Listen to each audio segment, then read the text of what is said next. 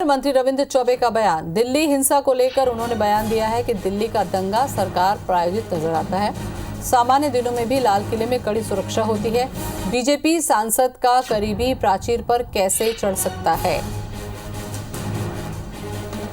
तो बड़ी खबर रायपुर से, मंत्री चौबे ने बयान दिया दिल्ली हिंसा को लेकर। उनका कहना है कि दिल्ली का दंगा सरकार का प्रायोजित नजर आता है। सामान्य दिनों में भी लाल किले में सुरक्षा कड़ी होती है। ऐसे में बीजेपी सांसद का करीबी प्राचीर तक कैसे चढ़ सकता है।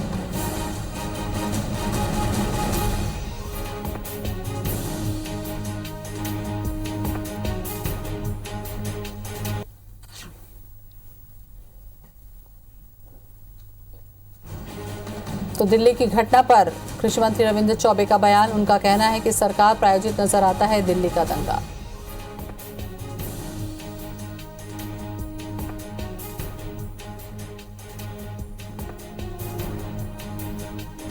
तो कल की घटना के बाद अब अलग अलग बयान आने भी शुरू हो चुके हैं। बयानबाजी का भी दौर शुरू हो चुका है।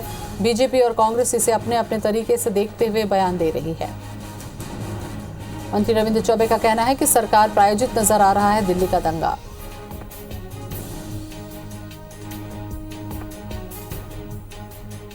और इसी खबर पर ज्यादा जानकारी के लिए हमारे साथ जुड़ेंगे हमारे संवाददाता राजेश मिश्रा।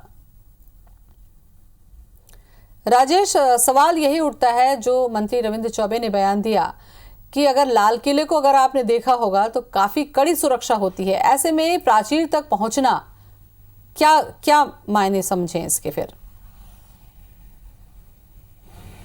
राजेश, देखिए, कल जिस तरह से दिल्ली में जो स्थिति बनी 26 जनवरी गणतंत्र दिवस के दिन, उसके बाद से जो फुटेज आ रहे हैं, जिस तरह की जानकारी आ रही है, उसको देखकर ये बिल्कुल प्रश्न उठता है कि लाल किले के आसपास सामान्य दिनों में आदमी करीब जाए तो सुरक्षा बल के जवान रोक देते हैं और पास आने की वजह पूछते हैं। और ऐसे समय में 26 जनवरी के दिन अगर कोई व्यक्ति लाल किला के चढ़ जाता है और वहाँ पर तिरंगा फहरा देने की कोशिश करता है तो निश्चित रूप से ये सवाल खड़ा होता है। और यही वजह है कि प्रदेश के जो कृषि मंत्री रविंद्र चौबे ने इस पूरे दिल्ली में जो दंगा हुआ उसको प्रायोजित कहा है।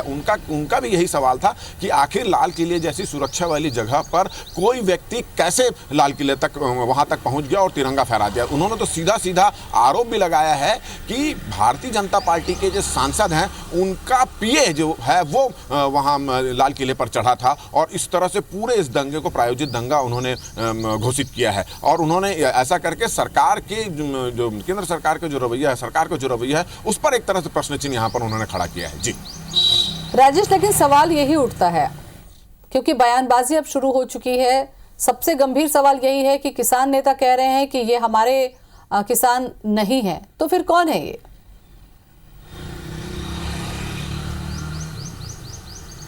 देखिए, दिल्ली पुलिस इसी बात की जानकारी में लगी हुई है। कल जितने भी इस तरह के वाकया हुआ है, दिन भर जो हुआ है, उन सब के जो वीडियो फुटेज जो पुलिस ने खुद शूट करवाए थे, उन वीडियो फुटेज की जांच की जा रही है।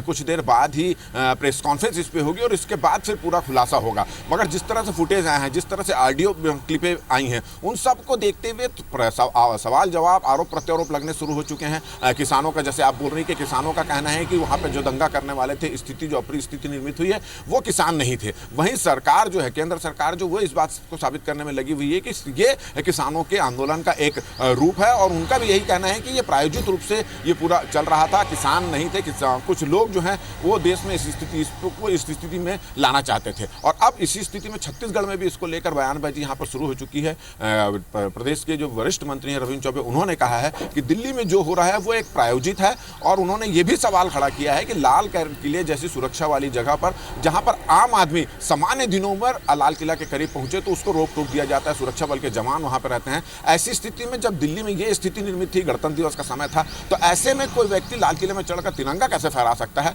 तो उस पर सवाल खड़ा किया। और साथ ही साथ उन्होंने ये भी कहा है कि ये जो चढ़ा है वो भारतीय जो एक सांसद का पीए है, जो उन्होंने ये हरकत, ये तो पूरी तरह से इस पर आरोप प्रत्यारोप यहाँ पर शुरू हो चुके हैं। और निश्चित रूप से अब कुछ देर बाद भी छत्तीसगढ़ के जो भारतीय जनता पार्टी के नेता हैं वो भी इस संबंध में बयानबाजी होगी, उनके भी आरोप प्रत्यारोप लगेंगे। जी चलिए, बहुत बहुत शुक्रिया आपका राजेश, जानकारी